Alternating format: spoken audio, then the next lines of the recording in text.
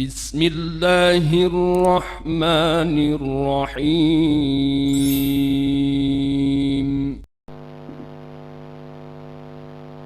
بسم الله الرحمن الرحيم. السلام عليكم ورحمة الله وبركاته. إن الحمد لله نحمده ونستعينه ونستغفره ونعوذ بالله من شرور أنفسنا وسيئات أعمالنا. من يهد الله فلا مضل له ومن يضلل فلا هادي له. أشهد أن لا إله إلا الله وحده لا شريك له وأشهد أن محمدا عبده ورسوله لا نبي ولا رسول بعده صلى الله عليه وعلى آله وصحبه ومن والاه أما بعد. أيها الإخوة barakallahu fiikum.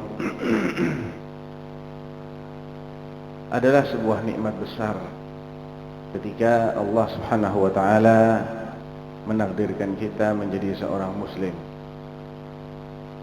dan merupakan nikmat yang tidak kalah besarnya ketika kita sebagai seorang muslim ini juga ditakdirkan menjadi ahlu sunnah wal jamaah. Di tengah banyaknya kelompok-kelompok yang menyimpang dalam memahami Islam maupun dalam mengamalkan Islam, dan itu sudah diprediksi oleh Nabi Sallallahu Alaihi Wasallam, sudah diperingatkan dalam hadis yang sangat terkenal. Iftaraqatil yahud ala 71 firqah kulluha fin nari illa wahidah. Nabi mengawali peringatan ini dengan menyebutkan nasib-nasib dua umat besar sebelum umat Islam. Yang pertama umat Yahudi. Kata beliau, umat Yahudi telah terpecah menjadi 71 firqah, 71 kelompok. Semuanya terancam masuk neraka kecuali satu. Waftaraqatin nasara ala 72 firqah. Sedangkan Nasara juga terpecah menjadi 72 firqah. Kulluha fin nari illa wahidah. Semuanya terancam masuk neraka kecuali satu. Wa sataftariqu ummati. Adapun umatku, yakni umat Islam, akan terpecah menjadi 73 firqah. 73 firqah, 73 kelompok. Kulluha fin nari illa wahidah. Semuanya terancam masuk neraka kecuali satu. Ditanya oleh para sahabat, siapa satu-satunya yang selamat dan tidak masuk neraka tadi? Qal hum man kana ala ma ana alaihi wa ashabi. Di riwayat yang lain, humul jamaah. Mereka adalah orang-orang yang mengikuti jalanku dan jalannya para sahabatku. Apa di riwayat yang lain, mereka adalah al-jamaah. Dari sini ayyuhal ikhwah, adalah sebuah kenikmatan besar kalau kita termasuk yang ahlus sunnah wal jamaah, tidak termasuk kepada yang firqah-firqah lainnya. Cuman masalahnya itu nggak bisa cuman sekedar klaim, saya ahlus sunnah, saya satu-satunya golongan yang selamat. Itu bukan masalah klaim, tapi itu perlu parameter yang jelas, perlu dalil dan bukti untuk memastikan kita ini ahlu sunnah atau bukan. Karena ahlu sunnah itu punya ciri-ciri khas yang dengannya mereka dikenali, punya ciri-ciri khas yang membedakan mereka dari firqah-firqah yang lain. Nah, jadi tugas kita adalah mencocokkan diri kita dengan ciri-cirinya ahlu sunnah ini. Berapa banyak yang itu sudah kita wujudkan? Kalau masih banyak yang belum kita wujudkan, berarti kita belum sah menjadi ahlu sunnah. Masih perlu koreksian, perlu kita evaluasi lagi, ya. Sebetulnya banyak ciri-cirinya ahlu sunnah, Namun yang kita akan singgung malam hari ini adalah ciri-ciri yang paling menonjol di zaman kita. Karena di setiap zaman ahlu sunnah itu punya ciri khas yang menonjol. Nanti di masa berikutnya ciri khas yang lain yang lebih menonjol. Nah, sekarang di masa ini ada ciri khas ahlu sunnah yang menjadi parameter. Yang pertama adalah sumber pendalilannya. Namanya adalah ahlus sunnah. Berarti mereka ini sangat akrab dengan apa? Sunnah. Sunnahnya Rasulullah SAW. Sunnah itu artinya ajarannya Rasulullah SAW. Jadi ciri khas ahlus sunnah itu adalah mereka ini selalu berusaha untuk mengikuti ajaran Rasulullah Muhammad SAW dalam setiap ucapan, keyakinan maupun amaliyah. Ciri khasnya ahlus sunnah itu adalah dia selalu berusaha berpijak kepada dalil. Karena cara beragamanya ahlus sunnah itu adalah berdasarkan dalil, yaitu sunnahnya Rasulullah SAW atau sunnahnya para khalifah al-khulafa ar-rasyidun. Ya, yang itu memang sudah menjadi wasiatnya Rasulullah SAW ketika menghadapi perpecahan. Fa innahu man ya'ish minkum ba'di fasayara ikhtilafan katsira. Siapa yang masih hidup nanti sepeninggalku, dikasih umur panjang, dia akan menyaksikan banyak perselisihan, banyak perbedaan pendapat, perbedaan cara dalam memahami Islam dan mengamalkannya. Solusinya, fa'alaikum bisunnati wa sunnatil khulafa'ir rasyidin al-mahdiyyin min ba'di. Hendaklah kalian, alaikum itu sebetulnya wajib artinya. Itu termasuk sighatu al-wujub, termasuk ungkapan yang maknanya mewajibkan. Alaikum bikadza artinya kamu wajib berpegang dengan sunnahku. Alaikum bisunnati wa sunnatil khulafa ar-rasyidin al-mahdiyyin min ba'di, dan sunnahnya para khalifah sepeninggalku, Abu Bakar, Umar, Utsman dan Ali radhiyallahu anhum ajma'in. Ini ciri khas yang pertama. Jadi ahlu sunnah itu tidak pernah alergi dengan yang namanya dalil. Dia justru berusaha untuk mencari dalil dulu sebelum berbuat, bukan dibalik. Kalau yang bukan ahlu sunnah malah kebalik cara berpikirnya. Berbuat dulu, ketika ditanya dalilnya mana, gelagapan. Akhirnya yang bukan dalil dipaksa-paksakan untuk menjadi dalil. Tapi kalau ahlu sunnah enggak. Beragamanya itu nunggu. Kalau ada perintah, ada contoh, dikerjakan. Kalau enggak. Dan itu karena mereka meyakini kebenaran firman Allah dan kebenaran sabdanya Rasulullah SAW. Firman Allah mana yang dimaksud? Ialah firman Allah di surah Al-Maidah ayat 3. Al-yawma akmaltu lakum dinakum wa atmamtu alaikum ni'mati wa raditu lakumul islama dina. Mereka yakin banget sama ayat ini.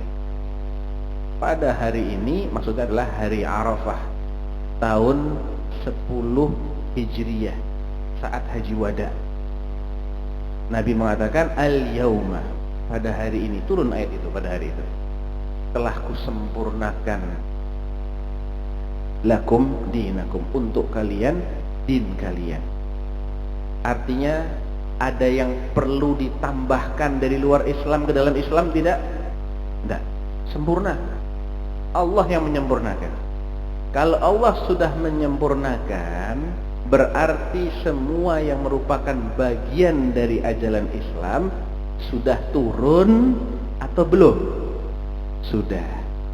baik turunnya itu dalam Al-Quran atau turunnya dalam apa? Sunnahnya Rasulullah Sallallahu Alaihi Wasallam. Jelas. Wa atmamtu alaikum ni'mati, dan kusempurnakan nikmatku untuk kalian, wa raditu lakumul Islam madina, dan aku telah meridhai Islam sebagai din untuk kalian. Imam Malik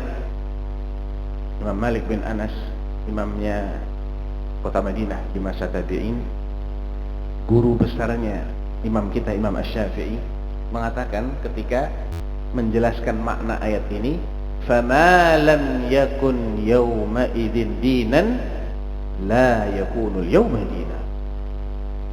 Ya. Apa saja yang pada hari turunnya ayat itu bukanlah bagian dari ajaran Islam, bukan bagian dari yang diajarkan oleh Rasulullah SAW, maka hari ini dia nggak boleh dianggap sebagai bagian dari ajaran Islam, karena sudah sempurna kok. Sudah sempurna tuh nggak ada yang kurang, artinya sudah maksimal. Sudah, ketika ada sesuatu yang dimasukkan lagi dari luar Islam ke dalam itu, dianggap sebagai bagian dari Islam, pasti nanti akan ada yang keluar, ada yang dibuang. Kayak ini air yang penuh ini, kalau ditambahi keluar nanti isi. Yang luar dimasukkan, yang sudah masuk pasti akan dia tinggalkan. Jadi ini ciri khas yang pertama ya, ayyuhal ikhwah. Mereka ini selalu akrab dengan sunnahnya Rasulullah SAW. Mereka berusaha untuk menghafal hadis-hadis Nabi, mempelajari dan juga mengamalkannya. Dan mereka itu tidak sembarangan dalam mengamalkan hadis. Kalau yang bukan ahlus sunnah, mereka kurang peduli dengan sahih tidaknya hadis itu. Pokoknya bentuknya kayak hadis, diawali dengan qala Rasulullah, dia nggak lihat lagi ini benar betul ucapannya Nabi atau tidak, dari mana sumbernya. Nggak. Kalau ahlus sunnah peduli sama yang begitu-begitu. Karena mereka juga takut kalau sampai ikut menyebarkan kedustaan atas nama Nabi. Ada sebuah hadis yang derajatnya itu mutawatir, di atasnya sahih, mutawatir. Saking banyaknya sahabat yang meriwayatkan, ada 70 sahabat yang meriwayatkan hadis ini. Bunyi hadisnya adalah man kadzaba alayya muta'ammidan falyatabawwa maq'adahu minan nar. Siapa yang sengaja berdusta atas nama aku, walaupun niatnya baik, walaupun niatnya untuk nakut-nakutin orang supaya tidak maksiat, walaupun niatnya untuk nyemangatin orang untuk berbuat ketaatan, tapi kalau dengan cara memalsukan hadis, kata Nabi, bersiaplah untuk membuking tempat duduk di neraka. Ahlus sunnah wal jamaah akrab dengan sunnah Rasulullah, namun juga selektif, tidak sembarangan, tidak asal share. Pastikan dulu itu hadis Nabi, bukan itu. Jangan dapat kiriman broadcast nggak jelas sumbernya, langsung di share ke sana ke sini, padahal ternyata hadis maudhu', hadis batil. Jangan lupa Nabi juga mengatakan apa? Man haddatsa anni bihaditsin yura annahu kadzibun fahuwa ahadul kadzibin. Siapa yang menyampaikan hadis dariku, artinya ada sebuah kata-kata yang dia sandarkan kepada Nabi, kemudian dia sampaikan ke orang lain. Nabi mengatakan begono begini, atau Nabi itu suka berbuat begini.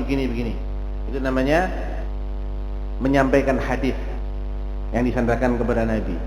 Padahal dia ada dugaan dalam hati, ini kayaknya bohong ini. Kayaknya Nabi nggak ngomong begini ya. Tetap dia sampaikan, bukan dia yang merekayasa loh ya. Dia cuman menyampaikan saja. Kata-katanya bukan buatan dia, buatannya orang lain nggak tahu. Tapi ketika dia mendengar kata-kata ini atau membacanya, dia ada dugaan dalam hatinya, ini kayaknya bukan ucapan Nabi. tetap dia share juga, dia sampaikan ke orang lain, maka kata Nabi dia itu sama dengan salah satu pembohong. Bayangkan kalau yang merekayasa kata-kata itu. Ya. Jadi Ahlus Sunnah wal Jamaah itu memang ciri khasnya kalau berdalil mereka tidak keluar dari sunnahnya Rasulullah Sallallahu Alaihi Wasallam, namun sunnah yang sudah tervalidasi, yang sudah diverifikasi oleh ahli hadis. Itu ciri khas yang pertama. Bukan dengan ro'yu, dengan pendapat fulan, pendapatnya si anu, enggak. Yang menjadi rujukan utama adalah kitabullah dan sunnahnya Rasulullah Sallallahu Alaihi Wasallam, yang tentunya difahami sesuai dengan pemahaman orang-orang yang sudah dijamin ketakwaannya oleh Allah, dan mereka itu siapa sudah dijelaskan juga oleh Allah. Allah menyebutkan di surat Al-Baqarah ayat 137. Ini dalil-dalilnya ya, silahkan dicatat. Al-Baqarah 137, An-Nisa 115,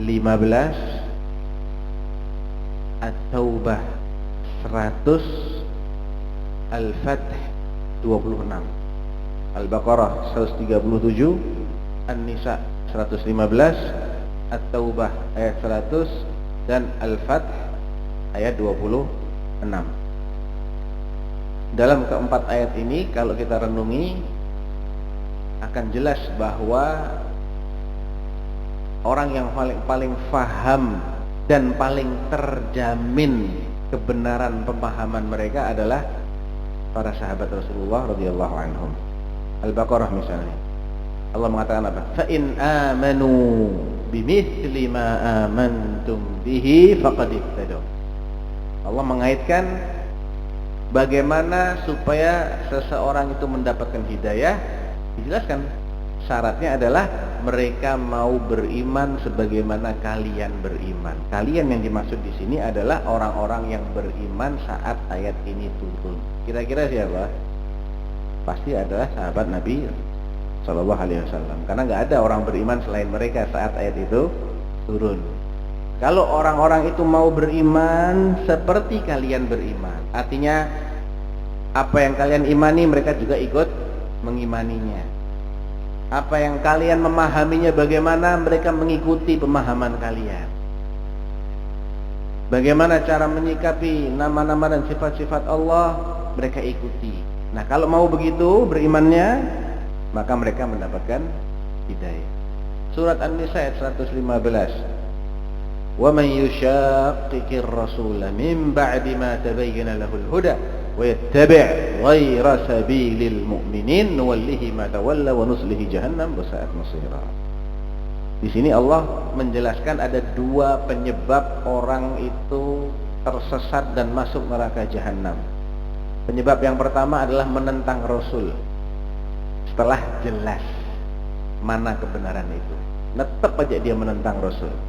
Penyebab yang kedua adalah tidak mau mengikuti jalannya orang-orang yang beriman.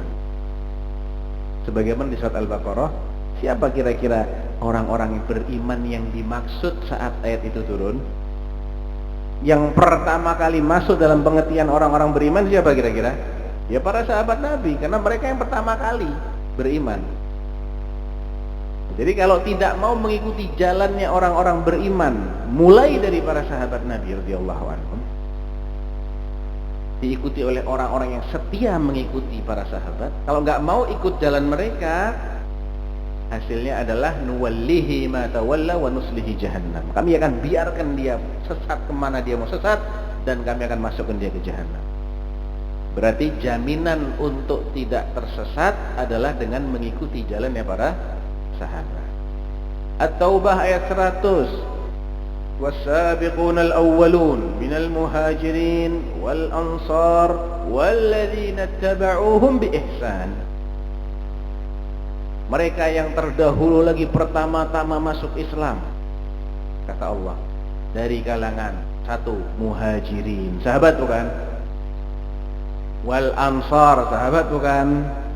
Yang ketiga, walladzina tabauhum bi ihsan. Alhamdulillah masih disebut yang ketiga. Dan orang-orang yang mengikuti mereka, ya ini muhajirin dan ansar tadi, bi ihsan, dengan baik. Bukan pilih-pilih. Yang cocok diikutin, nggak cocok enggak, itu nggak baik namanya. Kalau mengikuti dengan baik ya diikuti semuanya. Apa jaminannya dari Allah? Radhiyallahu anhum. Wah, sudah, antum mau cari apa lagi? Allah meridhai mereka. Siapa mereka ini? Muhajirin, Ansar, walladzina tabauhum bi ihsan. Dan pengikut-pengikut mereka dengan baik. Allah akan menjanjikan ridhonya untuk mereka. Wa radu anhu, dan mereka pun akan ridha dengan pahala yang Allah berikan. Puas mereka. Belum titik. Wa a'adda lahum jannat. Dan Allah siapkan bagi mereka jannah-jannah tajri tahtahal anhar, yang mengalir di bawahnya sungai. Itu janjinya Allah. Allah ingkar janji enggak kira-kira? Mustahil Allah ingkar janji. Innallaha la yukhliful mi'ad. Asalkan kita ikuti syarat-syaratnya, kita wujudkan, janji itu pasti. Surat Al-Fath ayat 26. Idh ja'ala alladhina kafaru fi qulubihimul hamiyyata hamiyyatal jahiliyah fa'anzalallahu sakinatahu ala rasulihi wa 'alal mu'minin. Perhatikan. Maka Allah menurunkan as-sakinah itu, ketenangan itu kepada Rasulnya dan kepada orang-orang yang beriman itu. Pertanyaannya sama, siapa kira-kira yang dimaksud? Sahabat juga. Apalagi selain itu, wa alzamahum kalimatat taqwa. Allah mewajibkan mereka, Rasulullah dan orang-orang beriman yang bersama beliau alias para sahabat tadi, dengan kalimat ketakwaan. Allah mengharuskan Rasulullah untuk selalu terikat dengan ketakwaan. Allah mengharuskan para sahabat untuk selalu jadi orang bertakwa. Kemudian closing statementnya hebat. Wa kanu ahaqqa biha wa ahlaha. Dan adalah mereka itu, Rasulullah dan para sahabatnya itu adalah orang yang paling berhak untuk bertakwa, dan merekalah ahlinya ketakwaan. Udah jelas jaminannya kalau ikut para pemahamannya para sahabat. Makanya Ahlus Sunnah tidak akan beralih dengan pemahaman para salaf. Mereka sudah tahu ini jaminannya sudah jelas. Kalau yang diikuti para sahabat Rasulullah jelas jaminannya. Jadi mereka akan selalu berpatokan kepada dalil yang difahami oleh para sahabat Rasulullah radhiyallahu anhum. Itu ciri khas pertama. Ciri khas yang kedua adalah mereka ini senantiasa mengajak orang kepada kitabullah dan sunnah Rasulullah. Bukan mengajak kepada pendapat A, pendapat si B, enggak. Tapi mengajak kepada kitabullah dan kepada sunnah Rasulullah sallallahu alaihi wasallam. Karena melaksanakan perintah Nabi, qul hadhihi sabili ad'u ila Allah ala basiratin ana wa man ittaba'ani. Katakanlah wahai Rasulullah, inilah jalanku. Aku dan orang-orang yang bersamaku mengajak umat manusia kepada Allah berdasarkan basirah, yaitu ilmu yang jelas, berdasarkan dalil.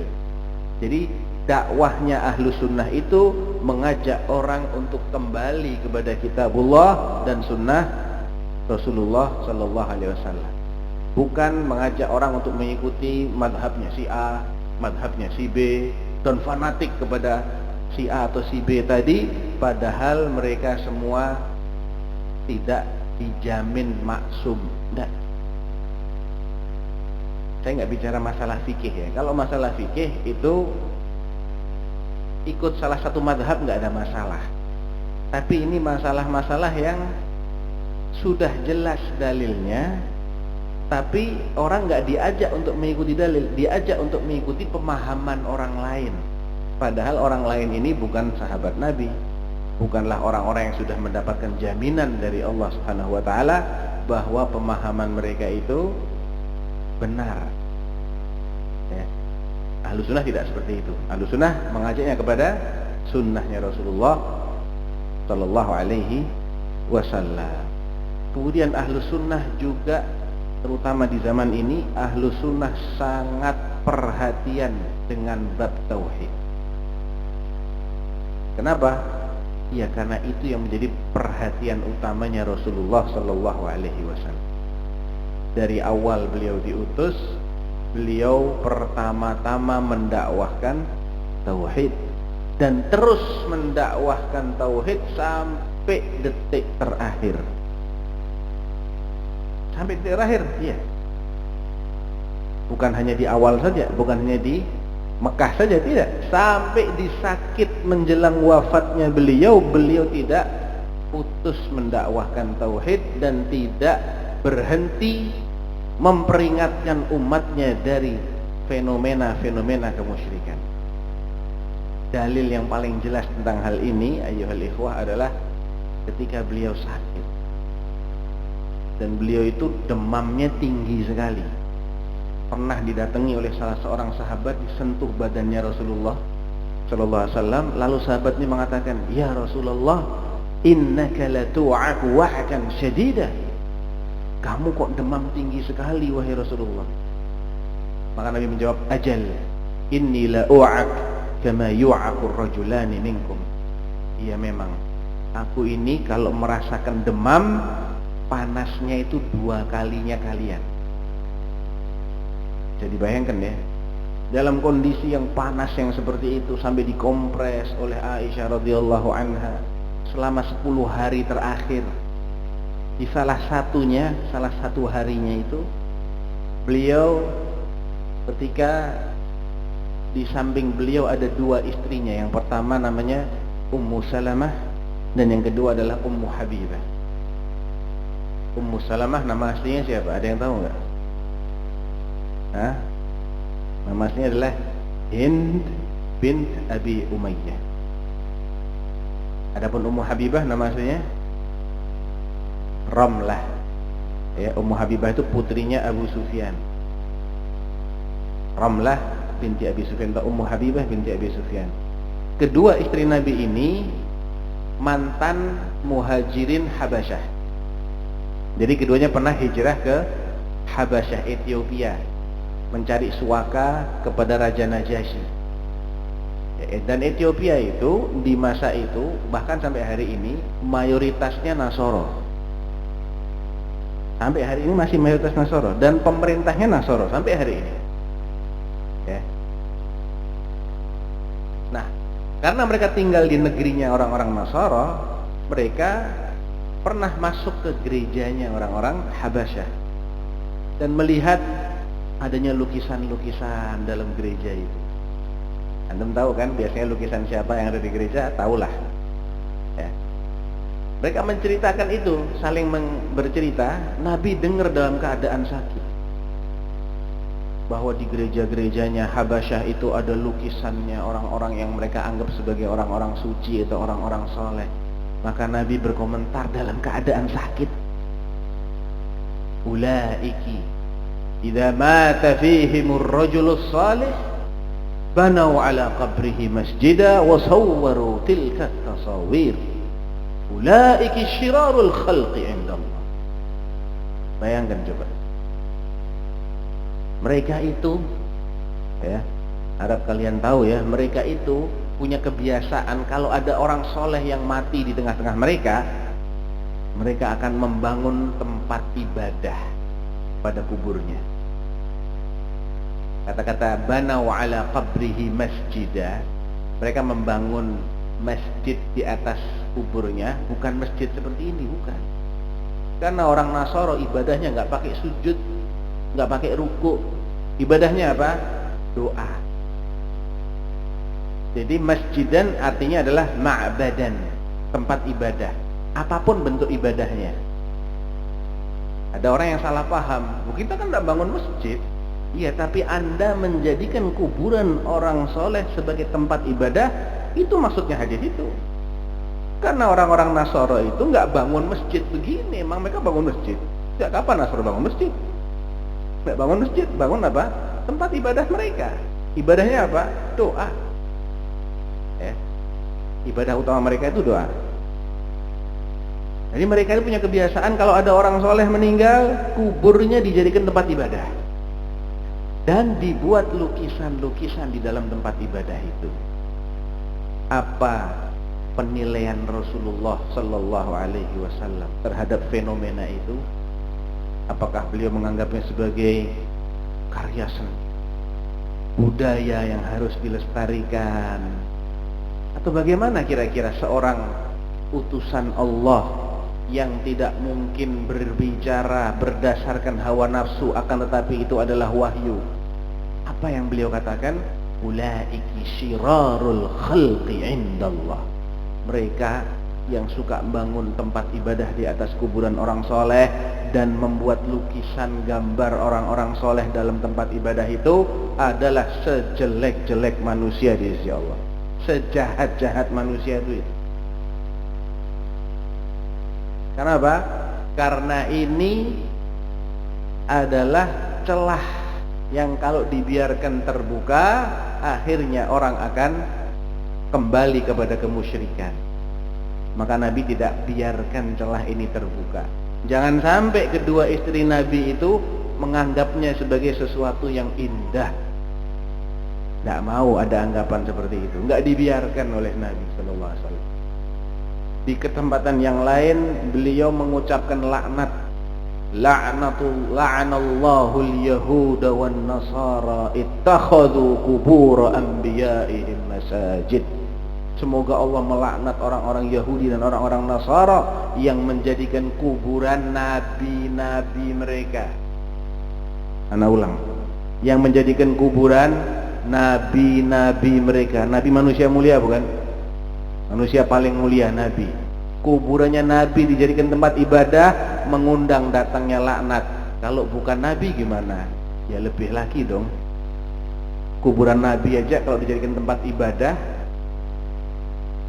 ya, itu menjadikan mereka terlaknat. Apalagi yang bukan Nabi, cuman dianggap sebagai wali. Itu kan anggapan, bisa benar bisa salah, ya. Kita kan tidak tahu apakah orang ini dalam hatinya itu benar-benar beriman kepada Allah. Tidak tahu kita. Ittakhadhu qubur anbiya'ihim masajid. Ala ini anhaakum an dzalik. Nabi sempat mengingatkan, aku larang kalian untuk berbuat seperti itu. Nabi enggak merestui kalau kuburnya dijadikan sebagai tempat ibadah. Aisyah radhiyallahu anha paham banget apa maksudnya Rasulullah SAW. Beliau khawatir kalau nanti orang-orang memperlakukan kuburan beliau seperti umat yang terdahulu memperlakukan kuburannya nabi-nabi mereka atau orang-orang soleh mereka. Dan kata Aisyah, seandainya bukan karena kekhawatiran itu, niscaya beliau akan menyuruh dikuburkan di tempat terbuka. Kenapa beliau dikuburkan di dalam kamarnya Aisyah? Biar nggak banyak orang yang masuk ke situ. Nanti akhirnya orang beribadah dekat kuburan Rasulullah. Kan ada Aisyah, nggak bebas kan? Kalau di tempat terbuka, misalnya di Baqi misalnya, wah, orang akan berkerumun di situ. Beliau nggak mau itu terjadi. Walaula dzalik la ubriza qabruhu. Kata Aisyah, seandainya bukan karena alasan khawatir dijadikan tempat pengultusan, beliau akan biarkan, maka kuburnya akan dibiarkan di area terbuka. Dan sampai hari ini Nabi tidak pernah dikubur di masjid, tetap di rumahnya. Cuman perluasan Masjid Nabawi itu di masa kira-kira hampir 1 abad setelah wafatnya Rasulullah, 80 atau 70 tahun setelah wafatnya Rasulullah, ada penguasa dari Bani Umayyah yang memperluas masjid itu ke arah rumahnya Rasulullah, sehingga area rumah itu masuk dalam wilayah masjid areanya, tapi tetap rumahnya Rasulullah. Tidak dipakai untuk sholat, yang kotak itu nggak dipakai untuk sholat, ya. Jadi ini tidak bisa dijadikan sebagai dalil. Kan Rasulullah dikubur di Masjid Nabawi? Enggak. Rasulullah nggak dikubur di Masjid, Rasulullah dikubur di kamarnya Aisyah di rumah beliau. Ya. Baik. Itu yang ciri khas kedua. Jadi Ahlus Sunnah wal Jamaah itu sangat konsen dengan masalah tauhid, karena Nabi juga demikian konsen dengan masalah tauhid. Ya. Terutama di zaman yang banyak sekali kaum muslimin itu tidak mengerti masalah tauhid ini dan terjerumus dalam perbuatan-perbuatan yang menodai bahkan merusak tauhid mereka. Sehingga pembahasan tentang tauhid ini menjadi konsennya Ahlus Sunnah wal Jamaah. Kemudian yang menjadi ciri khas lain adalah mereka ini sesuai dengan namanya Al-Jamaah, mengajak pada persatuan. Namun persatuan yang dimaksud ini adalah persatuan di atas kebenaran. Dan yang lebih ditekankan di sini bukan fisiknya yang bersatu, tapi ideologinya yang bersatu. Oleh karena itu, sahabat Ibnu Mas'ud radhiyallahu anhu ketika ditanya tentang apa yang dimaksud dengan al-jamaah, ya, kata beliau, al-jama'atu mulazamatul haq wa in kunta wahda. Berjamaah itu artinya engkau konsisten di atas kebenaran walaupun cuma sendirian. Karena sejatinya orang yang mengikuti kebenaran, ideologinya itu bergabung dengan ideologinya Rasulullah dan para sahabatnya.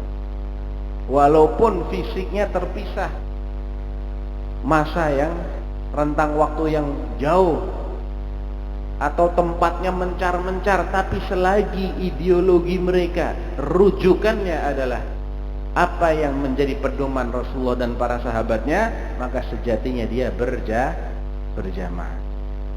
Kalau bisa bersatu secara fisik lebih bagus. Tapi kalau tidak bisa karena memang tidak ada yang mau mengikuti dia, atau tidak ada yang mau bareng-bareng mengikuti ajaran kitabullah dan sunnah Rasulullah, maka orang yang tetap berpegang dengan kitabullah dan sunnah Rasulullah, dialah yang berjamaah. Yang lain-lain dia mereka yang nyempal sebetulnya. Jadi hakikat firqah itu bukan siapa yang banyak, siapa yang minoritas, bukan. Mayoritas minoritas itu nggak pernah menjadi patokan kebenaran, ayyuhal ikhwan. Sejak kapan kebenaran itu adalah yang menjadi pilihan mayoritas dan kebatilan itu sebaliknya? Nggak pernah ada ceritanya. Kebenaran dan kebatilan itu patokannya banyak sedikitnya pengikut. Nah, kebenaran dan kebatilan itu patokannya adalah dalil. Walaupun nggak ada yang mengikuti, kalau dia yang berpegang kepada dalil, dia yang benar. Nabi SAW ketika Mi'raj melihat ada nabi pengikutnya antara 3 sampai 10 orang. Ra'aitu nabiyyan wa ma'ahu rahtun. Rahtun itu artinya antara 3 sampai 10 orang. Pengikutnya cuma 3 sampai 10 orang. Nabi. Wa nabiyyan wa ma'ahu thalatha. Ada nabi yang pengikutnya cuma 3.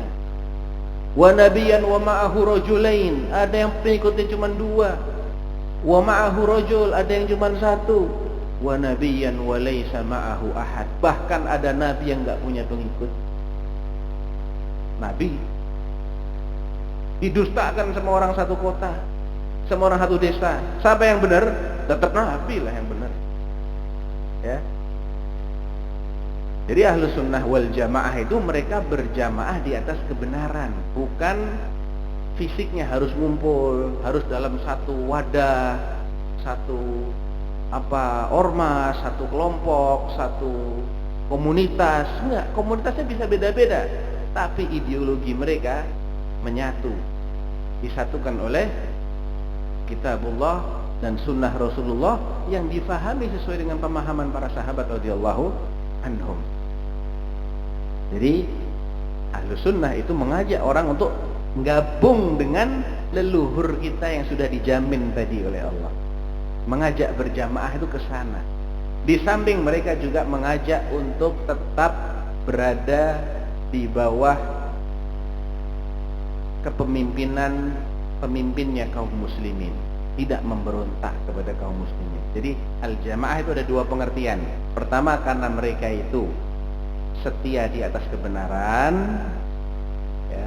Yang kedua, karena mereka juga mengajak kaum muslimin untuk sabar walaupun sedang dipimpin oleh pemimpin yang zalim misalnya. Selagi dia masih muslim, maka keyakinannya Ahlus Sunnah, dan ini ciri khasnya Ahlus Sunnah, ya, tidak mengangkat senjata, sabar, ya, demi kemaslahatan yang lebih besar, demi menjaga tidak tertumpahnya darah kaum muslimin, demi menjaga stabilitas negerinya. Karena memang sejarah sudah membuktikan tiap kali ada percobaan penggulingan kekuasaan itu korbannya mengerikan, ya. Perang saudara pertama yang terjadi dan dialami oleh kaum muslimin itu adalah perang Jamal. Itu tidak sengaja terjadi, tidak sengaja. Dimulai dari apa? Dimulai dari unjuk rasa sebetulnya. Ada orang-orang yang tidak terima dengan terbunuhnya Khalifah Utsman bin Affan di tangan para pemberontak, yang kemudian pemberontak ini qadarullah bergabung ke pasukannya Sayyidina Ali bin Abi Thalib.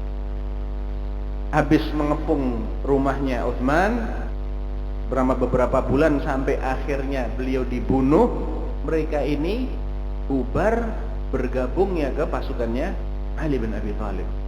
Banyak ini yang ngepung ini. Diprediksi oleh para ahli sejarah minimalnya 2.000 orang yang ikut ngepung, dan dari berbagai macam daerah. Setelah terbunuh, mereka membaiat Ali, akhirnya gabung. Nah, kaum muslimin nggak terima. Masa kita biarkan khalifah dibunuh, kita nggak minta dia dikisos, pembunuh-pembunuhnya? Berangkatlah mereka mengajak siapa?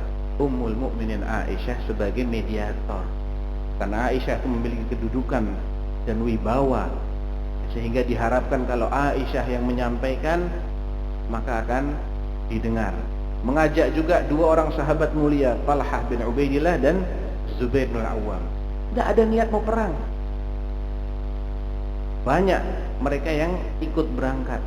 Sudah terjadi sebetulnya kesepakatan, dan mereka akan kembali insya Allah kalau kondisi sudah stabil. Ali bin Abi Thalib radhiyallahu anhu akan menangkapi satu persatu dan menghukum. Cuman sekarang belum stabil kondisinya. Sebelum mereka pada pulang, ada yang memprovokasi, menyerang. Akhirnya pecah. Perang yang tidak pernah direncanakan sama sekali. Al-Imam Ibnu Katsir dalam kitabnya Al-Bidayah wan Nihayah menyebutkan, dalam satu hari yang gugur dari dua belah pihak itu jumlahnya lebih banyak dibandingkan semua syuhada selama perangnya Rasulullah. Satu hari yang gugur 10.000 jemaah. 10.000 gugur satu hari. Itu total syuhada, mulai dari perang Badar, perang Uhud, perang Khandaq sampai perang terakhir Rasulullah itu nggak nyampe segitu, jauh di bawah itu, jauh di bawah itu. Jadi itu kalau kita berpegang dengan Ahlus Sunnah wal Jamaah, maka kita akan bersabar, karena di balik kesabaran itu ada maslahat yang lebih besar. Kita cukupkan dulu karena sudah masuk waktu. Wallahu taala alam. Sallallahu alaihi Muhammad wa ala alihi wasallam. Assalamualaikum warahmatullahi wabarakatuh. Waalaikumsalam.